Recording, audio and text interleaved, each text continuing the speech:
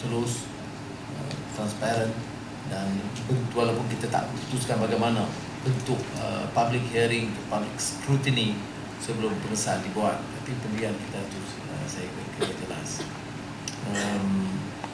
Wakil PSM meminta ucap Panir Selvam, anak lelaki Baratan, Satu Komite Member.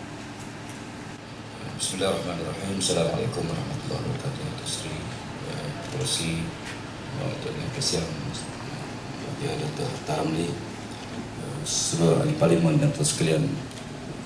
Pertama sekali bagi pihak PAS, kita menyokong penuh soal apa yang kita bincangkan hari ini.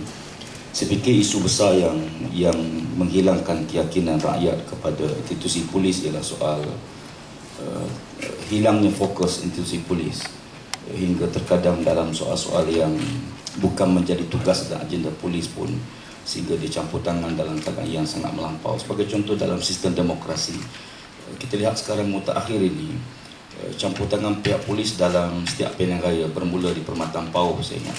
Selepas itu campur tangan melampau dalam pilihan raya di Kuala Terengganu, dan seluruh institusi polis dibawa dengan keadaan yang begitu banyak, dengan kos negara yang begitu besar tertanggung. Apakah ini yang kita nak bawa negara kita menjadi sebuah negara polis yang pilihan raya pun dikontrol oleh polis, yang terbaru di mana urai semua pengundi nak dimasuk dalam kawasan mengundi mesti ditapih oleh pihak polis. Ya, kita lihat ini di antara benda kalau kita tidak kontrol awal, dia akan menjadi satu benda yang serius pada masa depan, iaitu campur tangan polis dalam sistem demokrasi di Malaysia. Dan kita bimbang nanti sehingga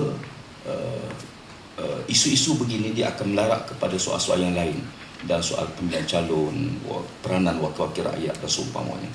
Yang kedua, saya fikir bahawa kita lihat isu Melayu dan sebagainya. Saya katakan bahawa sebagai seorang Melayu, kita rasa sangat hina bila mana kita boleh mengekalkan seorang yang dayu sebagai seorang yang tidak ada moral sebagai pemimpin.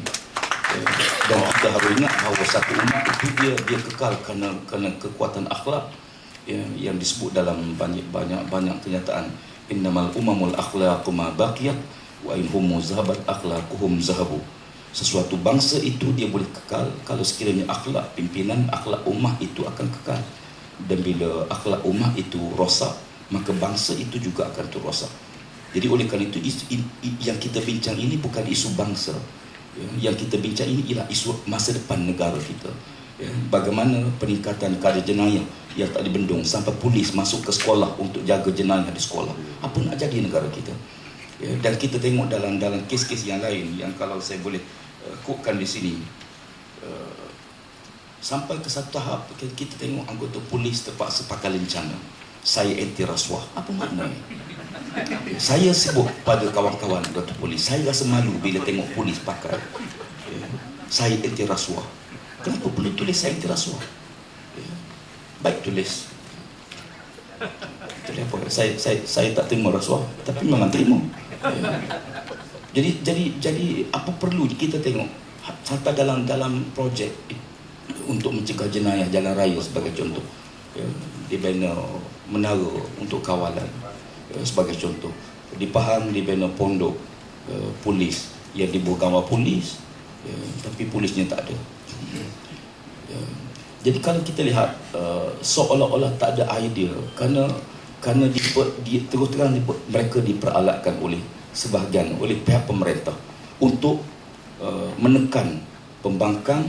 Di waktu yang sama mereka seluruh kekuatan anggota polis tidak dipelihara. Terkadang kita tengok dalam soal-soal kebajikan, tidak kita nafikan ada